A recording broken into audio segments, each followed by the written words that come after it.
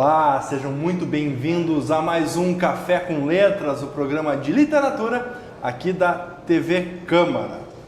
E nesse programa nós vamos dando continuidade à nossa série voltada à poesia, já que dia 14 de março foi o Dia da Poesia, nós desenvolvemos essa série então em homenagem a esse estilo literário. E o nosso convidado do programa de hoje, a primeira forma de apresentar ele é como o criador deste mesmo programa que nós assistimos agora, o Café com Letras. Ele que é um prosador e também se aventura um pouco no mundo da poesia. Nós recebemos no programa de hoje o Willy Bergamin. Willy, seja muito bem-vindo ao teu programa. O nosso programa, né, Niquete? Um prazer sempre estar de volta. Esse programa que tomou forma, ganhou pernas e está aí fazendo bonito na cena cultural caxiense. Agora, olha só, Willy, tu vem aqui pra gente, nesse programa, apresentar o teu novo livro de poesia, né? O Suor dos Fortes.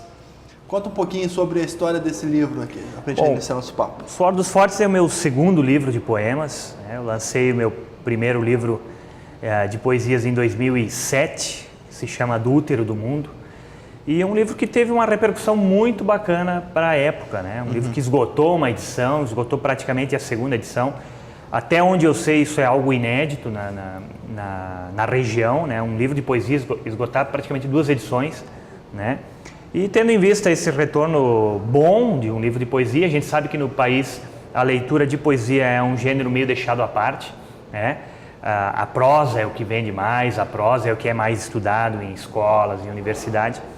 Mas é um gênero milenar que tem uma história, que tem toda uma beleza, então a gente não pode negligenciar assim tão assintosamente. Então, tendo em vista essa boa recepção no meu primeiro livro e o convite do Wagner, né, que está lançando não apenas a coleção Revolução Literária, mas a editora Epsilon, e eu tive o orgulho de ter o meu livro como o número 1 da editora e o número 1 da coleção, né? Então eu aceitei o desafio, era um trabalho que eu já tinha escrito há algum tempo, estava lá engavetado, e está aí, o Suor dos Fortes, que teve um lançamento dia 14, Dia Nacional da Poesia, e dia 21 lanço em Cotiporã, Dia Mundial da Poesia. Dia 14 era o Dia Nacional e dia 21 Dia Mundial da Poesia. Então, aproveitamos esse ensejo, esse trabalho que estava lá engavetado, a ideia da editora está aí, o Suor dos Fortes. Wagner, que nós entrevistamos ainda na semana passada, né? O povo de casa acompanhou essa semana, essa entrevista que nós fizemos com ele. E, Willy, quantos livros, cara, tu já lançou, tirando a poesia? Tirando os 2 de poesia que tu lançou. Bom, esse é o meu 9º livro no geral. Tá, então tirando Tira 2 de poesia, são 7 livros. livros. O Sino do Campanário foi o primeiro, que é o meu livro mais lido, mais conhecido, está indo para a 4ª edição. O Sino do Campanário também virou uma produção. Virou filme, exatamente, foi adaptado para o cinema, né, em formato de curta-metragem. Isso ajudou a divulgar o livro, né, o livro acabou tendo uma repercussão, sem dúvida, maior do que teria se não tivesse acontecido isso. Depois eu lancei o Cela de Papel, que é uma novela semi-autobiográfica, que também esgotou a edição, também teve uma recepção boa. O terceiro foi o Do Útero do Mundo. O 4º foi, se eu não me engano, A Ilha Mágica, que é um livro infanto-juvenil. O 5º, O Contos de Amores Vãos, que teve uma recepção muito boa também, ganhou prêmios, foi um livro bastante elogiado. Depois veio A Mordaça, que é uma novela juvenil que virou peça de teatro. A biografia do seu Luiz Pisetti. Sim. E o Suor dos Fortes. De 7 livros de prosa, o que te leva a escrever poesia? É uma vontade de rimar? É algo que já tinha antes mesmo de começar a escrever prosa? Exatamente. Antes mesmo de escrever prosa, eu já escrevia poemas. Eu comecei escrevendo poemas a princípio lá na adolescência, para as namoradinhas da adolescência, né? E eu sempre digo nas palestras que eu dou em escolas que na minha época funcionava, né? Algumas paixões nasceram, né? Uma pena que não funcione mais, né? Eu não sei. Algumas escolas se dividem, né? Algumas escolas dizem que ainda funciona, as meninas. Eu gosto de perguntar para as meninas, vocês gostariam de receber poemas dos seus príncipes? É unânime. Todas elas dizem que sim. Mas os rapazes andam meio encabulados aí. Então eu acho que são os rapazes que abandonaram a forma de poema. Exatamente, eu acho que sim. E a escola também, por um bom período, meio que deixou a poesia de lado. Agora, recentemente, parece que as professoras estão retomando o estudo da poesia, chamando poetas para dentro da sala de aula, isso é ótimo, né? Mas por muito tempo isso ficou esquecido e isso foi um problema sério, porque quando a gente estudava a poesia lá na escola, né, a minha geração, que parou de estudar a poesia, que parou de ler poesia, fica com aquela ideia de que a poesia tem que necessariamente ter rima, que é aquela coisa romântica, simbolista, né, parnasiana, com aquelas rimas rebuscadas, aquele palavreado difícil de entender. E a poesia evoluiu muito, né, da Semana de Arte Moderna de 22 para cá, tanto é que está aí, né, O Suor dos Fortes, com poesias quase concretas, rápidas, né, irônicas, às vezes bem-humoradas, né, que é uma coisa que não se pensava. Então, é interessante retomar o estudo da poesia moderna, trazendo poetas para dentro da sala de aula, para ver o quanto evoluiu a poesia, quanto diferente ela é daquilo que nós, na nossa geração, estudava lá no banco escolar. E uma coisa também que eu noto assim, em relação à poesia é que ela chega muito aos adolescentes, quando está se formando o leitor, com a ideia de que a poesia acaba sendo algo chato. Como tu disse mesmo, é um momento de delírio, devaneio do escritor, que ele vai usar palavras que eu não vou entender, que eu não sei nem o que significa, e isso acaba afastando esse leitor da poesia, né? Isso é um paradoxo, Niquete, porque olha só, ao mesmo tempo que tem essa ideia da poesia parnasiana, romântica, simbolista difícil, com palavras rebuscadas, que não se entendia muito bem, justamente porque a poesia é algo muito subjetivo. Ao mesmo tempo, a poesia tem um parentesco, uma proximidade enorme com a letra de música. Sim. Que todo mundo curte, que todo mundo ouve, né? Então, eu não consigo entender o porquê essa resistência à poesia, se ela tem até mesmo, às vezes, a melodia, a harmonia de uma letra de música.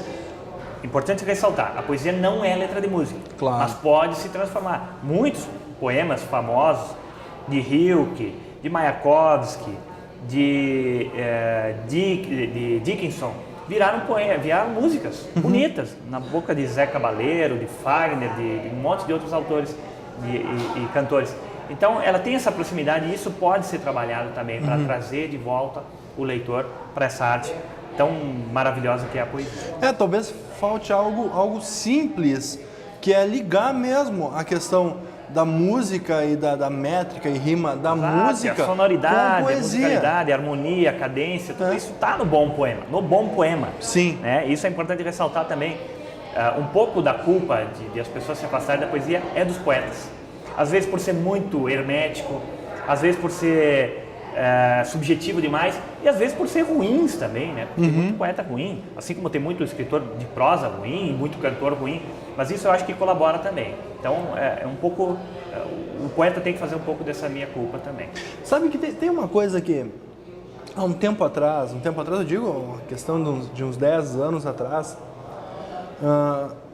havia um pessoal aqui em Caxias do Sul que levava poesia para a rua em folhetinhos, cara, e distribuía essas poesias, poesia marginal, assim, né?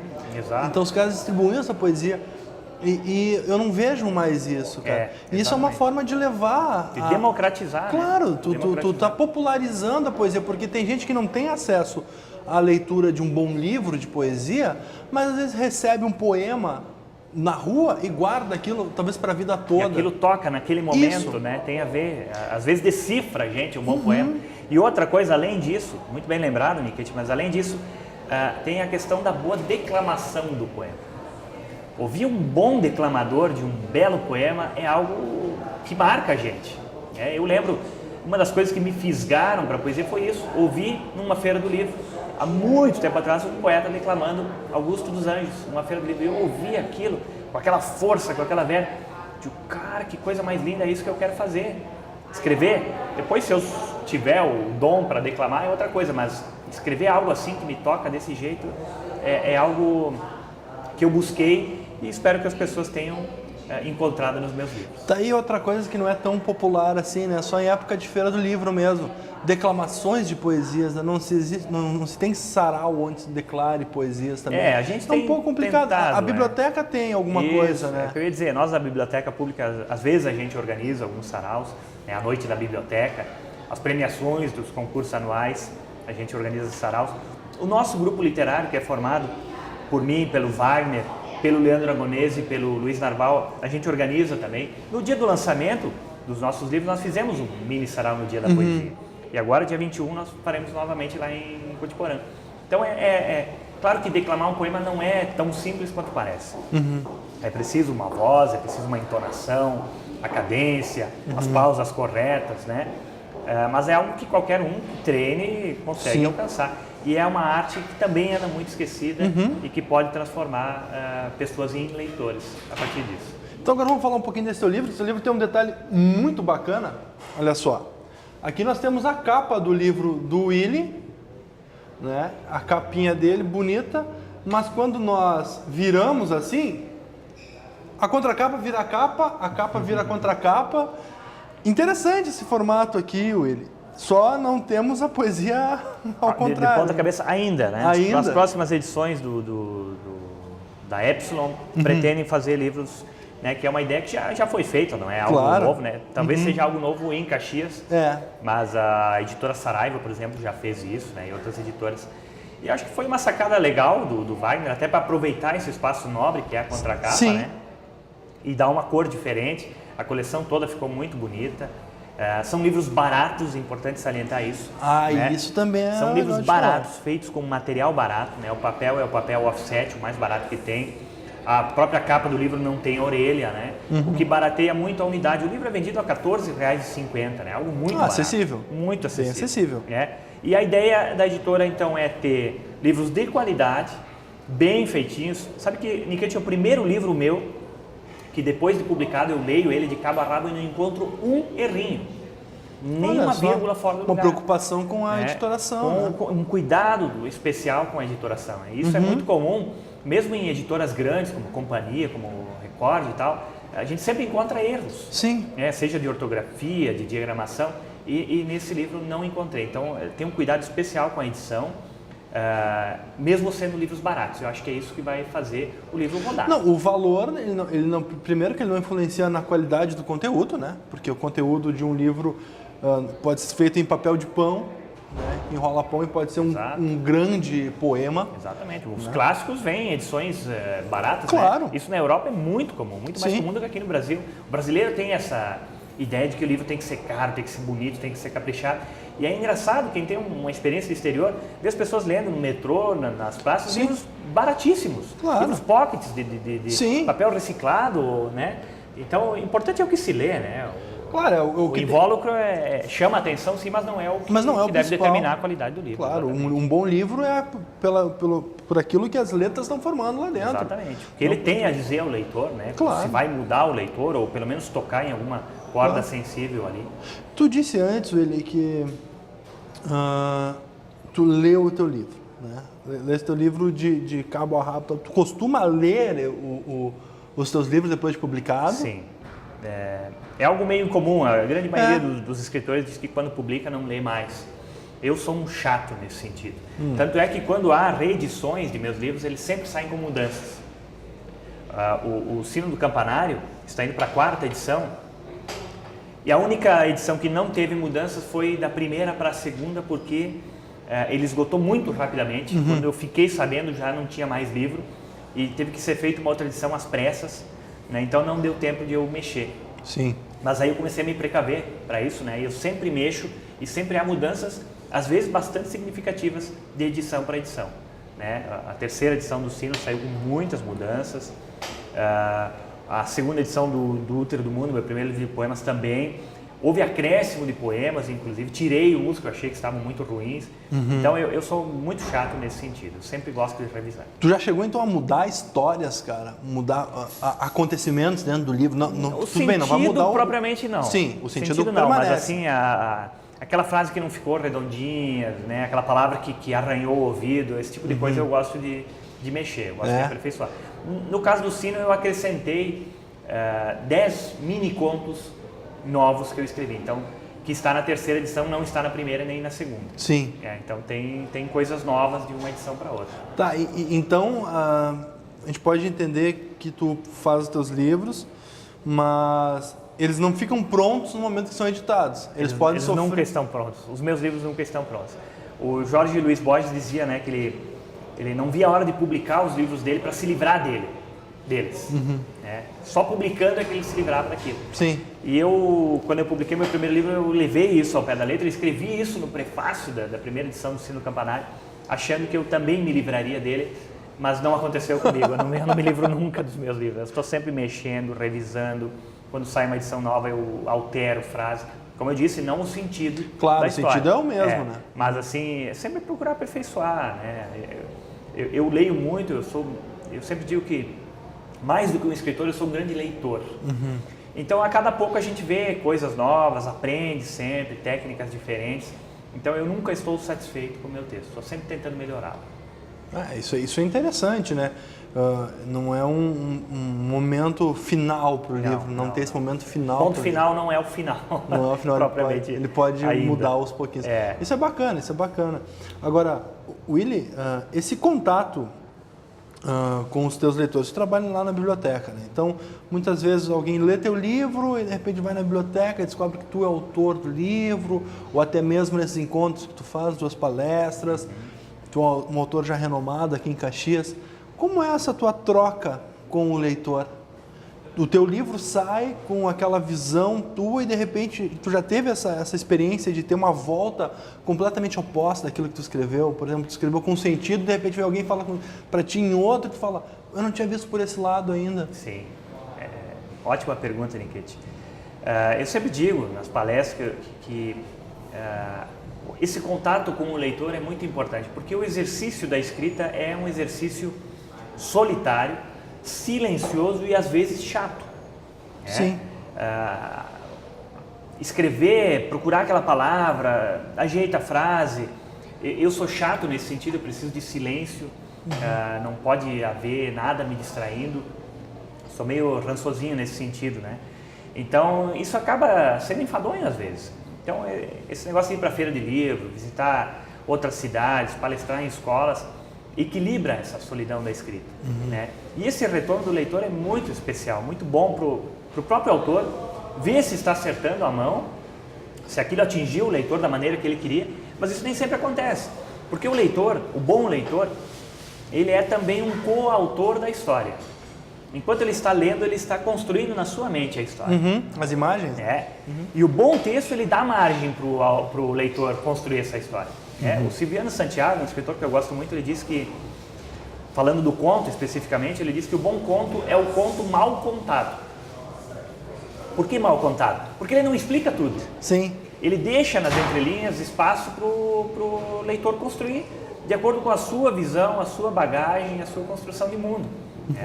Então isso é interessante. E às vezes o leitor constrói uma história na cabeça dele completamente diferente do que o escritor quer dizer. O que não é de todo ruim. Não é de todo ruim. Cada um vai interpretar de acordo com a sua bagagem. Esse é o barato da literatura. Na poesia nem se fala. A poesia, como ela é mais subjetiva, então mais ainda, né? Sim. O Mário Quintana disse, né? Uma vez perguntaram para ele, o que significa tal poema? E ele respondeu para o interlocutor dele, o que significa uma nuvem? E aí o cara respondeu, uma nuvem depende, às vezes significa bom tempo, né? Dependendo da nuvem, e às vezes pode significar um temporal. Ele disse, pois é, o poema é a mesma coisa. Dependendo do teu dia, o teu estado de espírito vai significar um temporal ou um tempo bom. E aí está a mágica. E aí que está a mágica da literatura. Willy, nosso programa está chegando ao fim. Queria te agradecer por vir aqui de novo. O Suor dos Fortes, quem quiser adquirir teu livro, tu sabes onde está? As melhores livrarias da cidade está à disposição já, né? Arco da Velha, Maneco, eu acho que, imagino que em todas as livrarias já deve estar disponível. Então, uma boa dica de leitura para você, O Suor dos Fortes, livro do Willy. Willy, muito obrigado por ter vindo aqui. Eu que agradeço, é sempre um prazer voltar para casa, né? Posso dizer assim. Claro que sim. E rever o amigo Niket. Obrigado pela oportunidade. Nós que agradecemos, Willy. Muito obrigado. E o Café com Letras dessa semana vai chegando ao fim. Nós agradecemos a sua audiência aí de casa e nos vemos no próximo programa. Até mais!